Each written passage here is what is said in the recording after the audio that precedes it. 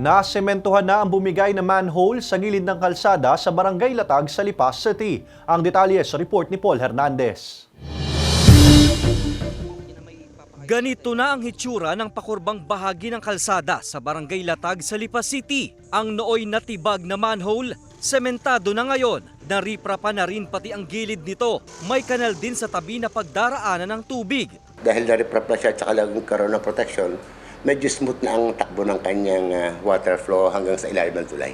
Mahigit 80 metro ang haba ng riprap sa gilid ng kalsada. Mas kampante ng nakadaraan ng mga motorista at residente sa lugar na ito. Ayos na boss. Maganda ng daanan. Hindi na nakakatakot dumaan. Maganda. Ayos na. Yung pong lupa hindi na go sa may mga daan ho.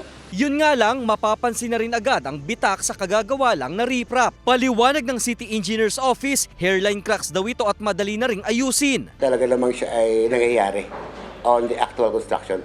Hairline crack naman siya. Saka natural na mangyayari, so manageable naman siya. Saka, it will not affect the structure. At gagawa namin ng paraan ma-rectify yun, maayos. Wala pa raw koleksyon ng bayad na nangyayari at nais ng LGU na maayos ang pagkakagawa ng kontraktor sa proyekto na pinondohan ng mahigit 7 milyong piso.